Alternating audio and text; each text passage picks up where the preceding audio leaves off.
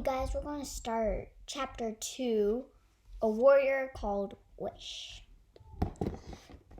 Meanwhile, a stout and terrified warrior pony with two young warriors sitting on his back had set out secretly from the Iron Warrior Fort under cover of darkness. Warriors were not supposed to leave the fort after nightfall, for the warriors were petrified of the magic that was out in the forest. Iron Warrior Fort was the largest hill fort you could possibly imagine, with 13 watchtowers and encircled by 7 great ditches cut into the hill. How scared these warriors must be of everything that is magic to have built such a mighty fort, white as bone, with little slit windows like the blink of a malevolent cat. Yeah, I can't pronounce that. But nonetheless, this particular pony had managed to sneak out without being spotted by the nervous sentries who clanked their way along the fort walls, and perhaps, just perhaps, those sentries were right to be anxiously straining their eyes into the endless green wilderness that surrounded and engulfed them, watching, peering, struggling to see what might be out there. For something bad was watching the pony from high up in the treetops. It was too early to tell what the something was. Sorry.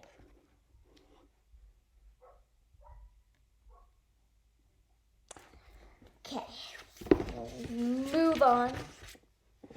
Jeez. Many bad things live in the bad woods. It could have been a cat monster, could have been a werewolf, it could have been a roger.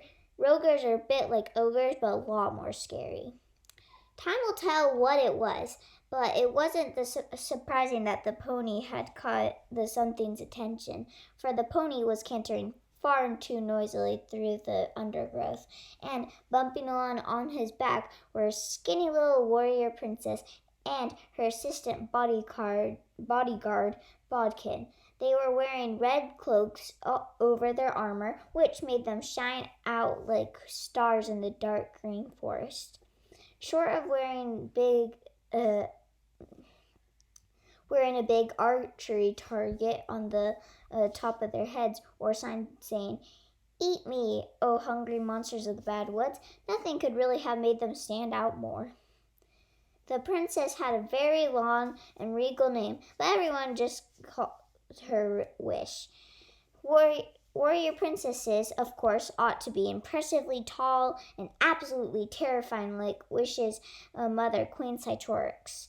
But Wish's mother was neither scary nor large. Wish is, not his mother, or her mother. She was a curious little face that was rather too interested in the world around her, and hair that stuck out too wispily as if she'd accidentally hit some unnoticed bit of static electricity. A patch covered her left eye. She seemed to be searching for something with the other. "We're not supposed to come out here on our own in the day, let alone the nighttime," said Bodkin, the assistant bodyguard, looking nervously over his shoulder. Bodkin wasn't the regular bodyguard of this weird little princess. Her proper bodyguard had fallen ill with the nasty autumn cold. Bodkin had landed the highly stout after the role as understudy for a royal bodyguard, even though he was only 13 years old, because he was very studious and he had come out top of his class in the advanced arts of bodyguarding exams. However, this was just the first time he had done the actual job, and he was finding it a good deal harder than he had actually thought it would be. The princess wouldn't do what she was told, for starters, and although And although he studied very hard, to be honest, Bodkin didn't really like fighting very much, and thought that he might actually be in a real situation where there was a possibility of violence that was making him feel a little bit sick. There could be werewolves or cat monsters or giants out there, said Bodkin. And then there's the bears and jaguars and the wizards, even the Roker-breaths. Even dwarves can get nasty when they're hunting in packs. Oh, don't be so gloomy, Bodkin, replied the princess. We'll go back as soon as we find my pet. This is all your fault anyway. You frightened him when you said you'd report him to my mother. And so anyway, he completely panicked and ran away. I was only trying to stop you from getting into any more trouble, said Bodkin. You're not allowed to have pets. They're against the warrior rules. Bodkin was a boy who really believed in the rules. He was hoping to work his way up from being an assistant bodyguard to a household defender. And you didn't do that by breaking any rules. And your most particularly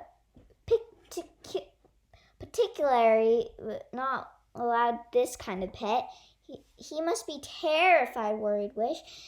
We can't possibly leave him running away on his own in the terrors of the bad woods, all alone and scared, and raving Thinmouths might be chasing him or something. Aha, she said with truth and relief. There he is.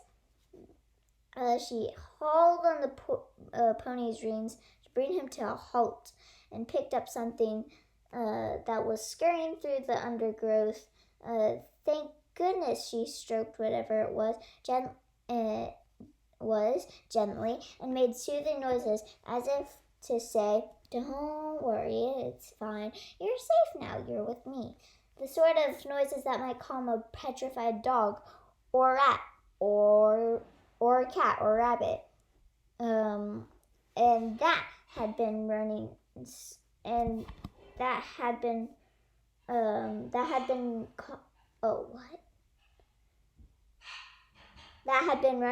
scared and all alone through the bad woods after setting of the autumn sun.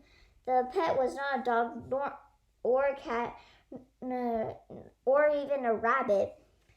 That pet of yours is a spoon, objected Bodkin. The assistant bodyguard was right. The pet, indeed, a large iron dinner spoon. So he is, said Wish. And if she'd only just noticed, getting back up on the pony and drying off the spoon with the end of her sleeve.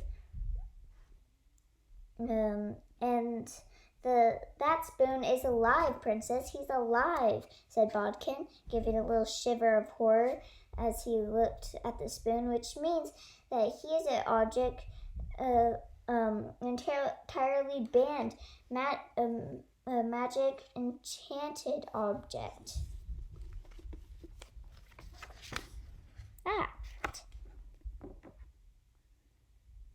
And then there's this.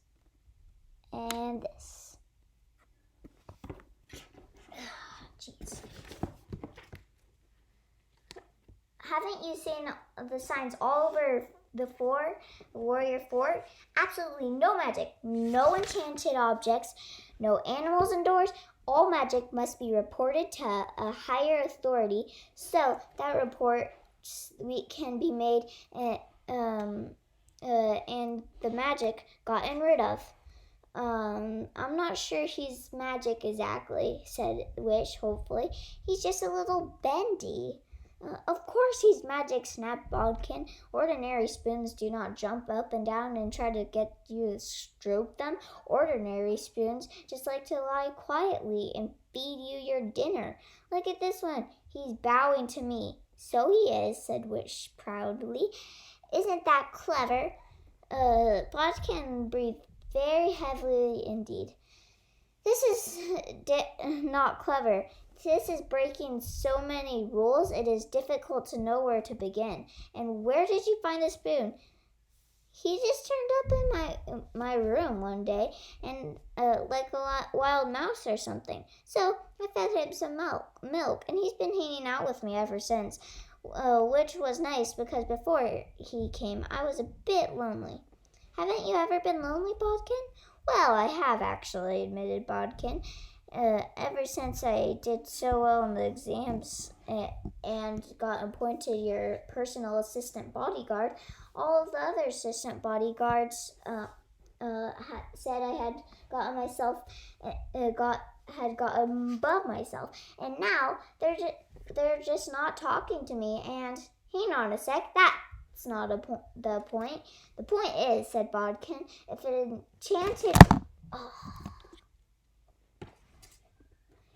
enchanted object, I can't see. If an enchanted object turns up unexpectedly in the warrior fort, you really ought to tell your mother. Queen Citrorix immediately so she could remove its magic, not adopt it as your pet.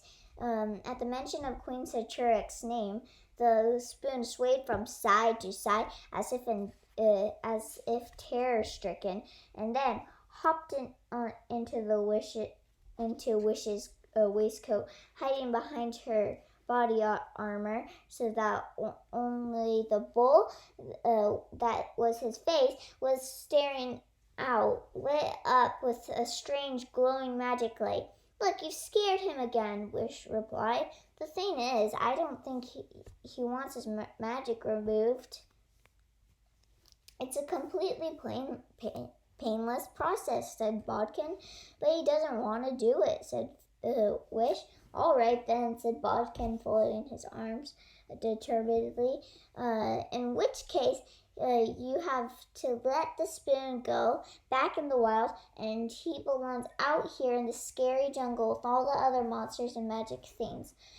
These are his people. I'm putting my foot down, Princess. You absolutely cannot take him back to the Iron Fort with you. You cannot keep this spoon as your pet. It's against the rules, and you will get in most terrible trouble if anyone finds out.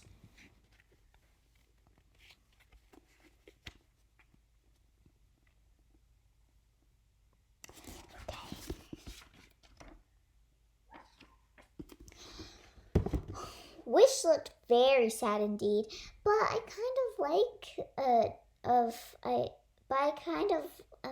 identify with the spoon because he's like me. He doesn't fit in with all the other spoons. He doesn't fit in with all the other spoons because he's alive, Princess. He's alive, erupted Bodkin.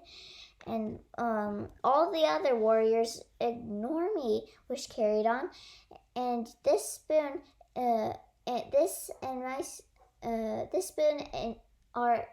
you and the spoon are my only two friends. If I lose this spoon, that just leaves you. Well, technically speaking, I can't be your friend either because you're a princess and I am a servant.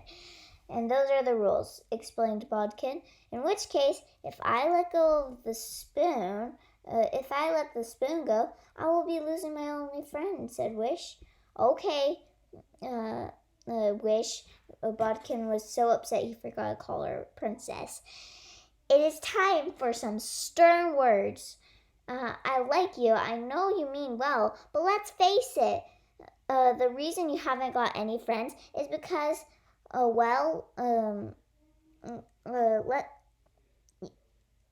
you're a bit weird, and weird doesn't go down well in the warrior fort.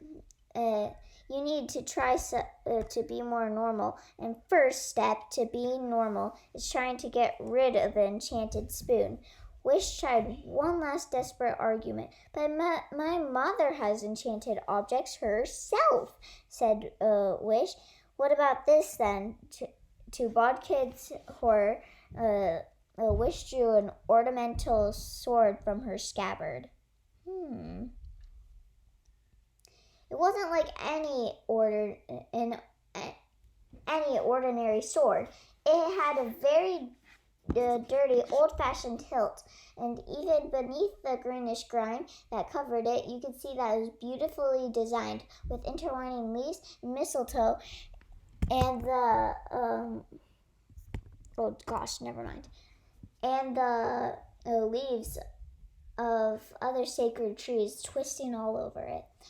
On one side of the blade was carved these words in a very fancy, old-fashioned script: "Once there's witches." And then, which turned the blade over, on the other side was engraved with, "But I killed them." "Where'd you get that sword?" "Where'd you get that sword?" said Bodkin in awed tones. "Well, it was quite odd, actually. I found it lying in the main courtyard yesterday afternoon, and it didn't seem to belong to anyone, so I picked it up." "Didn't you hear the announcement at breakfast this morning about how a very valuable sword has gone missing from your mother's dungeons?" Bodkin gasped. "Didn't you guess it might be this sword? Didn't you wonder picking things up that don't belong to you might be stealing?" "Well, yes, I did," admitted Wish, stroking the sword longingly, "but I was just going to hang on to it for a while longer, pretending it was mine. I'm so ordinary and so special." Jeez. "And it would be lovely to own something special, don't you think?" Here, I'll show you this picture. The enchanted sword. On one side, it says this, and I don't think you see this because it's dark, but "Once there was witches." And then on the other side, it says, oh, wait. On the other side, it says this. And then, "But I killed them." And I don't think you see that very well, but it's there. Oh, jeez. "No, I don't think thinking is dangerous. The defenders of royal household are turning the fort upside down looking for the sword." "And you've stolen it?" goggled Bodkin. "I haven't stolen it. I've only just borrowed it. I was just about to give it back, but then you frightened the spoon, and I thought we might need something special to protect us if we're going into the bad woods on our own. I have a very strong feeling that it might be an enchanted sword," ended Wish triumphantly. Even my mother has enchanted objects, which means they must be all right. Your scary mother isn't keeping the sword as a pet," cried Bodkin, waving his long, thin arms around. You don't keep pets in dungeons. She's locked it up in dungeons to keep it safe." Wish looked at the sword in a slightly worried way, as if this was just occurring to her. "Oh, yes. Now that I come to think of it, you could be right about that. It did seem kind of out of character for my mother. She doesn't really like anything magic, does she? Does she?" "Where have you been living for these past 13 years? Cried Bodkin. "There are whopping great signs up all over the fort. You can't have missed them. Your mother loathes magic. She hates magic. She has sworn never to rest until she has rid the entire forest of anything magic at all." Wish furrowed her brow. "Sure, yes, I have to say I don't really understand that. Surely just because some magic is bad, it doesn't mean that all magic is bad. "You're not supposed to understand," screeched Bodkin. "You're a warrior. You're not supposed to be asking questions. It's very, very simple. You're just supposed to be obeying the warrior rules." Wish suddenly looked very dejected. The spoon, now standing on top of her head, drooped. "Bother, you're right," said Wish sadly. "I've messed up again, haven't I, Bodkin?"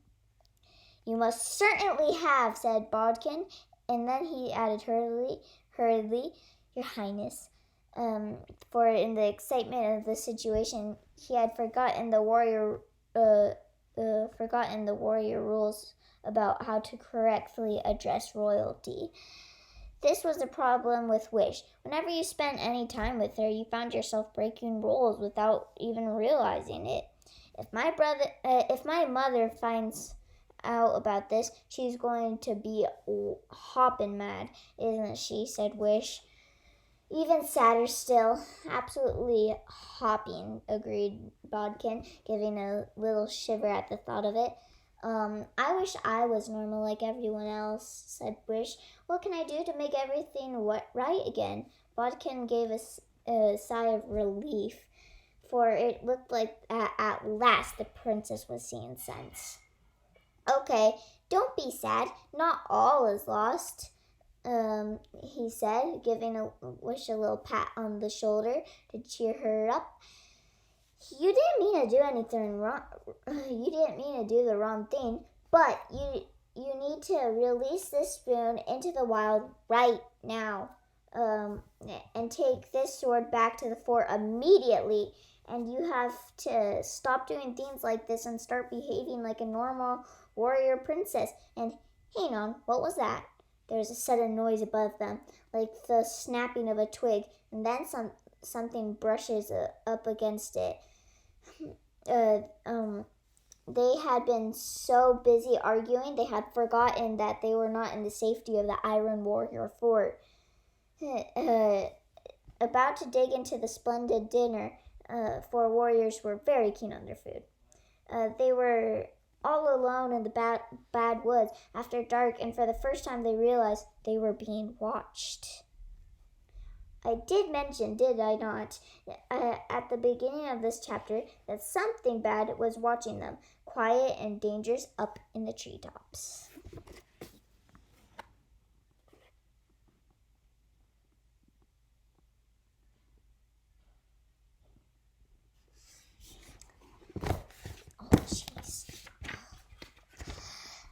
A cold feeling came over the back of Wish's neck, where the hairs pricked up like spines on a hedgehog. She looked all around at the silent black trees, their branches twisting gnarled like knobbliest of goblins' fingers. She looked up, and she could not see anything, only perhaps a certain darkening and shimmering thickening of the air above them, as if the air was choked with something awful, and as indeed it was. And the coldness radiating out of the heart of that shining destiny was a coldness you have never felt before. Colder than the coldest depths of the northern ocean, colder than icicles, colder than polar caps, colder even than death itself. The freezing mist of the wild woods, ancient past, crept under Wish's armor and sank like death into her bones. Well, was it Wish's imagination, or did the very air above them seem to be grinning? The spoon stood straight up on top of Wish's head and sniffed in the air around them. Suddenly, he went rigid as if sensing something terrible, and dived down into Wish's armor to hide. Wish put her on her helmet. "Run, pony, run!" squealed Wish, and the exhausted little pushy pony started violently and broke into a shambling, terrified, wobbling gallop. But Bodkin, the bodyguard.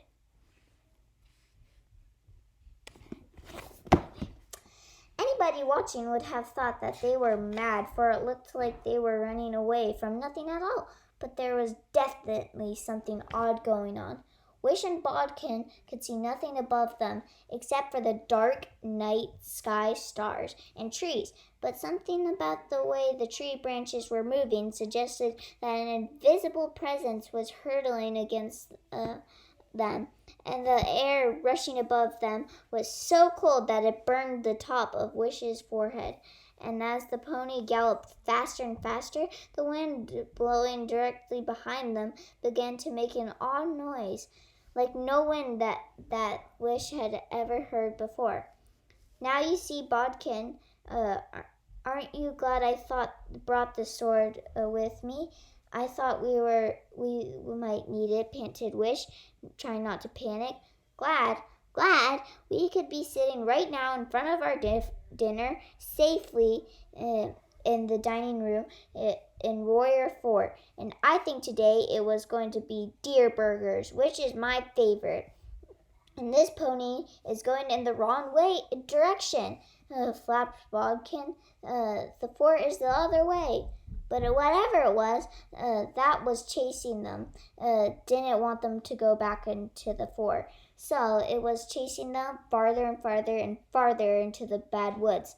Does anyone know we're out here? Cried Bodkin, who had drawn his bow and was shooting desperate arrows upward, even though he was a terrible shot and he couldn't see that what he was shooting at. Will they send out search parties? I'm afraid not, said Wish, squinting up, trying to work out what was pursuing them. Or not till the morning, anyway. I told my mother I was going to bed with a headache. Brilliant, said Bodkin. Brilliant. As it happens, I think I can feel a bit of headache coming on myself. Don't worry, Princess. You mustn't worry. I'm here to protect you. Wish shook the spoon at whatever what was following them. She may have been somewhat weird warrior princess, but certainly had courage. You better not follow us, whatever you are, shouted Wish at the terrifying screeching nothingness, for we are armed with enchanted spoon. The sword, princess, murmured Bodkin through white lips. The sword sounds more scary. And a sword, shouted Wish, waving the sword in her right hand and the spoon in the left. A sword is dangerous, and it was locked in my mother's dungeons. But that, if anything, seemed to encourage whatever was following them even more, for the wind above them gave a hungry whine and rushed after them even faster. Let's see how much more. I think we're fine. Never fear, Princess, cried Bodkin, shaking so much with anxiety that he could barely load his bow. This is a bad situation, but I will save you, for as personal assistant bodyguard to the princess, I have been trained in the most advanced arts of bodyguarding. Unfortunately, Bodkin discovered in those desperate moments that he had terrible disadvantage as a potential bodyguard. He had a medical condition that caused him to fall asleep in situations of extreme danger. He had barely said the last words at that brave speech before he collapsed on the princess's shoulder, snoring loudly. Bodkin, shrieked the princess.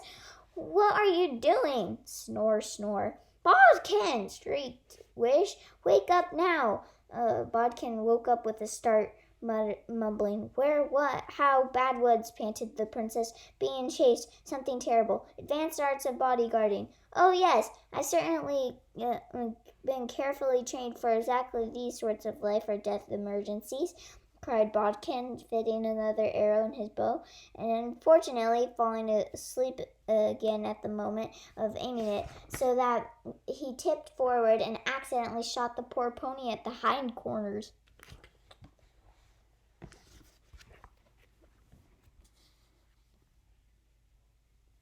Here they are.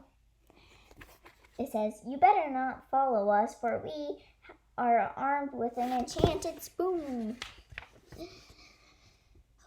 The pony squealed protestantly as the arrow grazed his bottom and then ran on in wild desperation through the pitch-dark forest. Wish's heart was beating fast like a rabbit's, and she didn't even notice when the brambles shredded her clothes to ribbons and tore long, painful scratches into her legs. The pony came upon an ice-cold stream and forced his way through the briars and splashed down into it. So the cold of the water burned them all like fire, in the hope that whatever was following them would be put off the scent. The pony clambered out the other side, galloped through the darkness. Oh, murmuring mistletoe, thought Wish in terror. I should have never have done this. Magic is banned for a reason. Warriors are not allowed after dark for a reason. Iron Warrior 4 is built like it is for a reason. She could feel her heart beating so hard it felt like any moment it would break out of her chest. Faster, faster, urged Wish, so choked with panic she could barely breathe. The pony galloped into a sudden clearing in the forest. The whining of this strange wind had been an edge to it now, like the painful screech of chalk on stone, a sound that grew louder as if building up to attack. Louder and louder the noise grew. Screech! There was an extraordinary noise, as if the very air itself were being torn apart like a gigantic piece of paper. Terrified, Wish turned her face upward to confront the attack with her drawn sword, and there was a shout from a human voice somewhere behind her, and suddenly everything happened so very quickly. The next chapter is called 3. The Witch Feather Begins to Glow. Well, that will be the end for today. Wait one second. I need to bookmark that. Well, that will be the end of it today. I wonder what scared the spoon so badly. Well, I'll see you next video.